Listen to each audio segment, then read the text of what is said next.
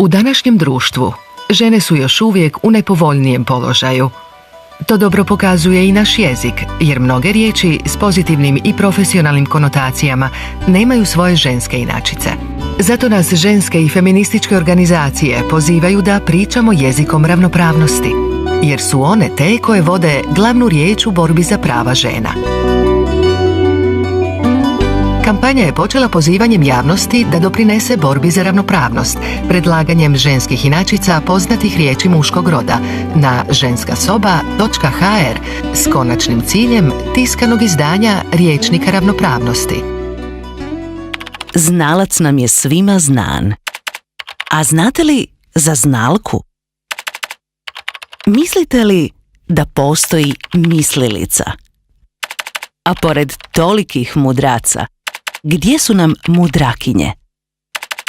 Pričajmo jezikom ravnopravnosti.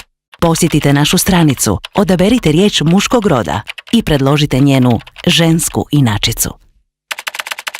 Ženske i feminističke organizacije.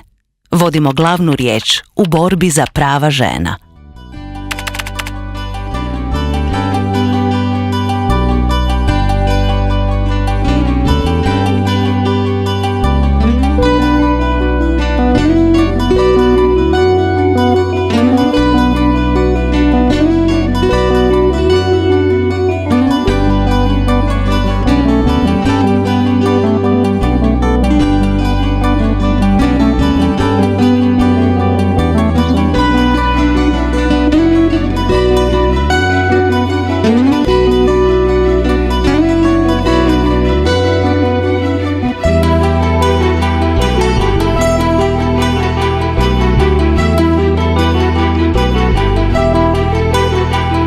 Na Međunarodni dan žena brojne udruge, emisije, časopisi i televizije su podržale našu kampanju i stavile svoje ime u ženski rod.